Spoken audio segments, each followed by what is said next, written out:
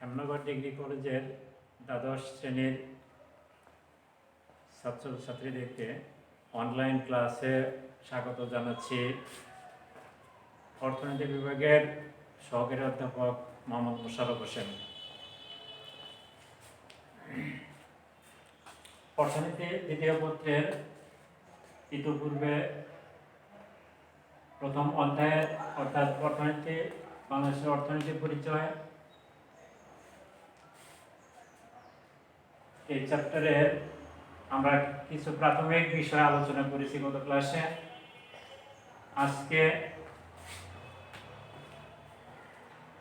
আজকে আমরা এই অধ্যায়ে আরো কিছু বিষয় নিয়ে আজকে আলোচনা করব।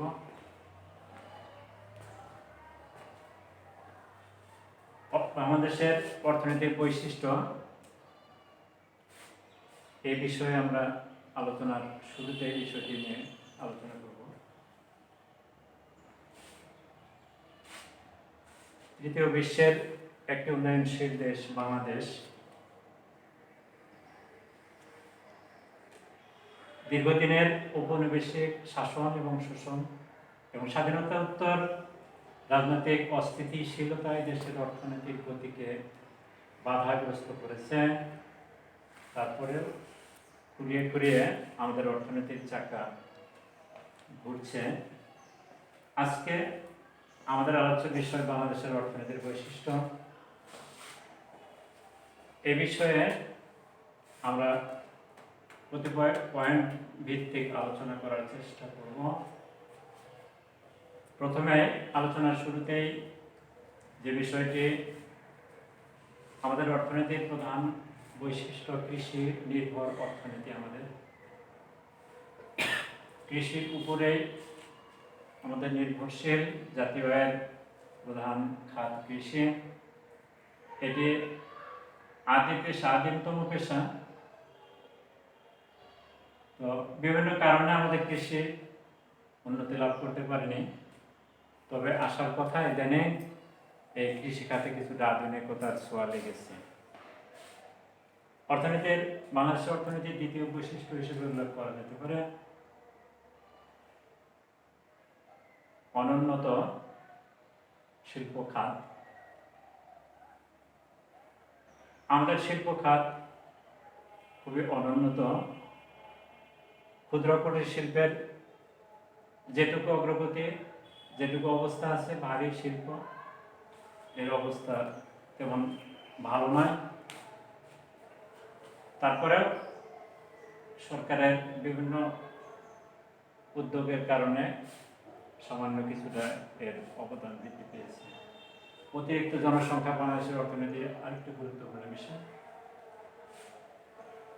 আমাদের এই অতিরিক্ত জনসংখ্যার ভারে আমাদের অর্থনীতি একেবারেই ভেঙে পড়েছে।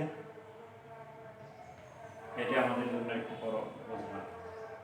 বেকার সমস্যা আমাদের অর্থনীতির আরেকটি গুরুত্বপূর্ণ বিষয়। আমাদের দেশে প্রায় 2 কোটি লোক বেকার রয়েছে। তাদের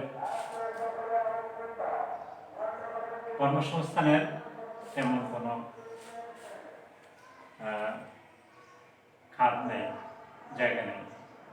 খাদ্য ঘাটতি বাংলাদেশের অর্থনীতির আরেকটি অন্যতম গুরুত্বপূর্ণ বৈশিষ্ট্য। যদিও খাদ্য উৎপাদন আগের চেয়ে কিছুটা বৃদ্ধি পেয়েছে, তারপরে আমাদের দেশে খাদ্য ঘাটতি রয়েছে। ঘাটতি যেটুকু রয়েছে তা আমদানি করে তা পূরণ করতে হয়। আমাদের দেশের আরেকটি গুরুত্বপূর্ণ বিষয় নিরক্ষরতা। একটি দেশের শিক্ষিত জাতি সজাগ এবং সচেতন, কিন্তু আমাদের দেশে এই শিক্ষার হার কম। এটি আমাদের জাতীয় উন্নয়নের ক্ষেত্রে একটি বাধা। মাথাপিছু আয় তুলনামূলকভাবে খুবই কম।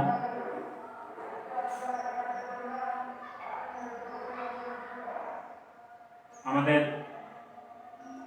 2016 সালের একটি জরিপে দেখা যায় আমাদের দেশের জাতীয় মাথাপিছু আয় 14.05 মার্কিন ডলার।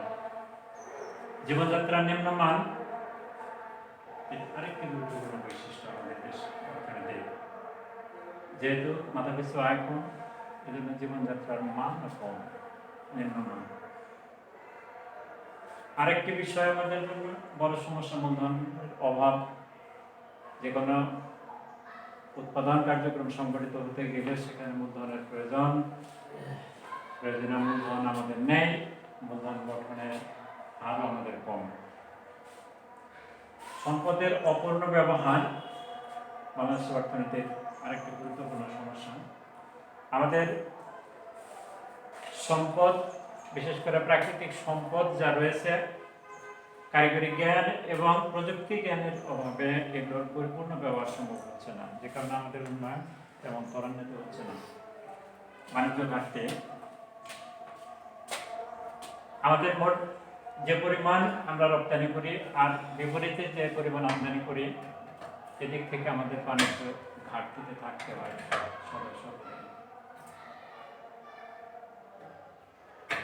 বৈদেশিক সাহায্যের উপরে অধিক পরিমাণ নির্ভরশীলতা আমাদের অর্থনীতির আরেকটি বৈশিষ্ট্য।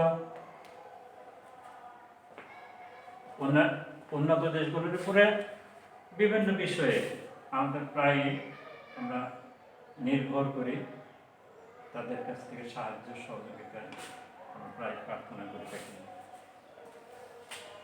অনুন্নত পরিবহন এবং যোগাযোগ ব্যবস্থা, এটি তো আরেক সমস্যা।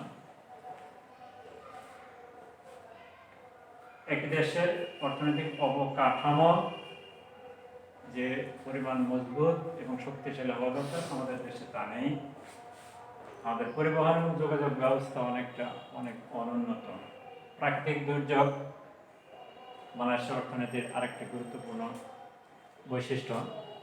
আমাদের দেশে প্রায় প্রাকৃতিক দুর্যোগ লেগে থাকে, যে কারণে আমাদের সম্পদের অনেক ক্ষতি হয়।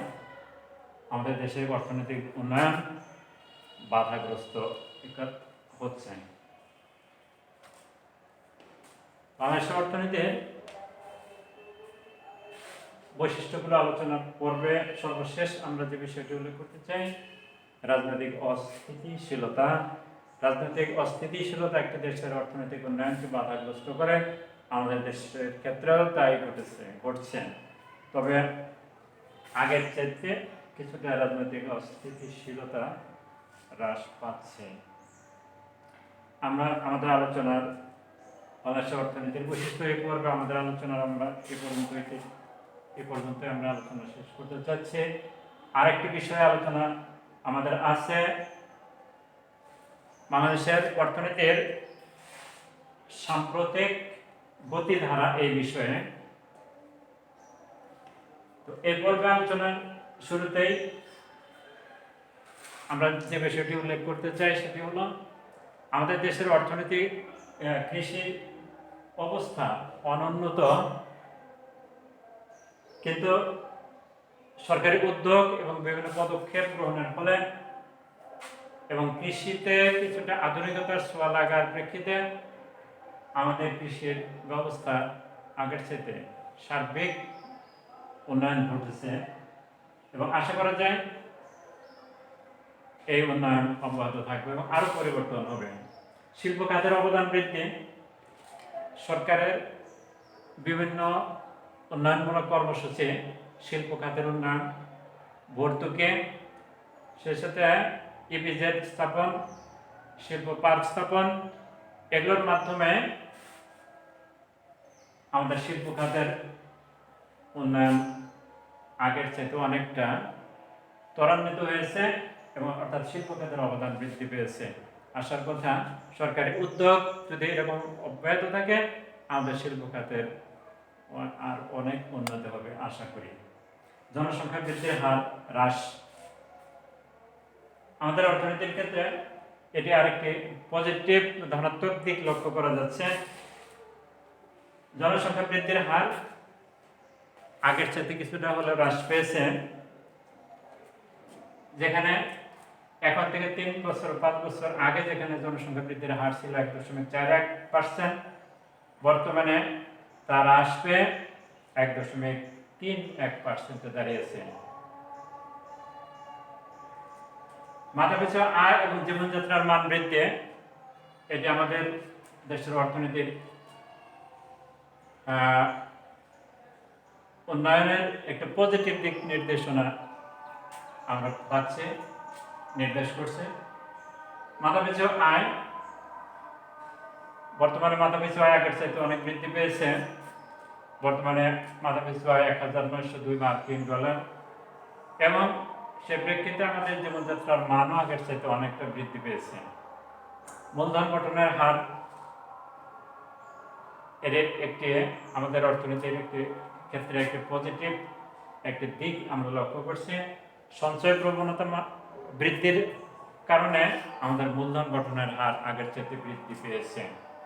শিক্ষার হার বৃদ্ধি, মানুষের অর্থনীতির ক্ষেত্রে এটি একটি পজিটিভ দিক আমরা লক্ষ্য করি। সেটি হলো শিক্ষার হার আগের চাইতে বৃদ্ধি পেয়েছে। বর্তমানে শিক্ষার হার 65%। আর্থসামাজিক অবকাঠামো নির্মাণ, বাংলাদেশের অর্থনীতির উন্নয়ন কল্পে সরকার কর্তৃক গৃহীত বিভিন্ন পদক্ষেপ গ্রহণের ফলে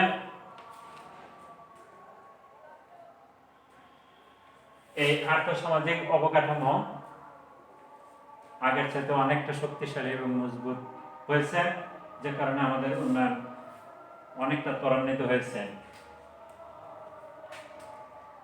বাংলাদেশের অর্থনীতির সাম্প্রতিক গতিধারা বিষয়ে আলোচনা করতে গিয়ে আরেকটি বিষয় উল্লেখ করা যেতে পারে, দারিদ্র বিমোচন। দারিদ্র বিমোচন আগের চাইতে অনেক অনেক গুণ দারিদ্র বিমোচন হয়েছে, অর্থাৎ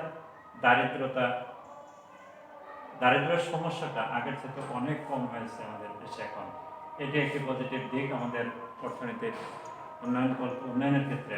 বৈদেশিক নির্ভরশীলতা হ্রাস, সরকারের বিভিন্ন ধনাত্মক এবং বিভিন্ন উদ্যোগ গ্রহণের ফলে রপ্তানিমুখী শিল্প অধিক পরিমাণে স্থাপন, শিল্প খাতের ভর্তুকি বৃদ্ধি, উদ্যোক্তাদের সহায়তা স্থাপনের জন্য সরকার অনেকটা সহযোগিতা বা পৃষ্ঠপোষকতা দানের প্রেক্ষিতে আমাদের রপ্তানি আয় আগের চাইতে বৃদ্ধি পেয়েছে, আমদানি হ্রাস পাচ্ছে। এদিক থেকে বৈদেশিক নির্ভরশীলতা আগের চাইতে হ্রাস পাচ্ছে।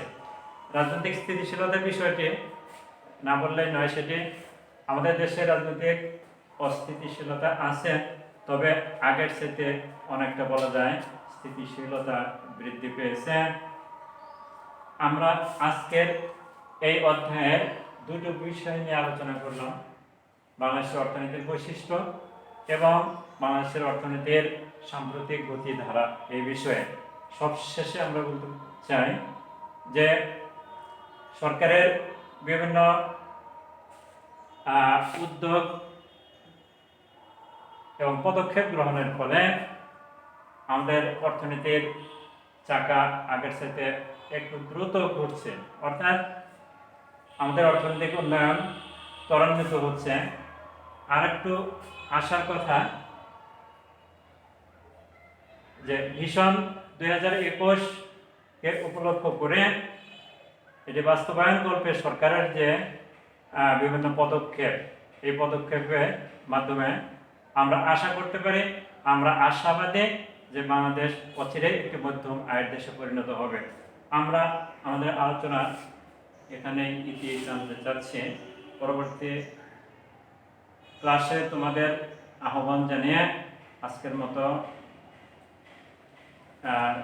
আজকের মতো ক্লাসের ইতি টানছি। ধন্যবাদ সবাইকে।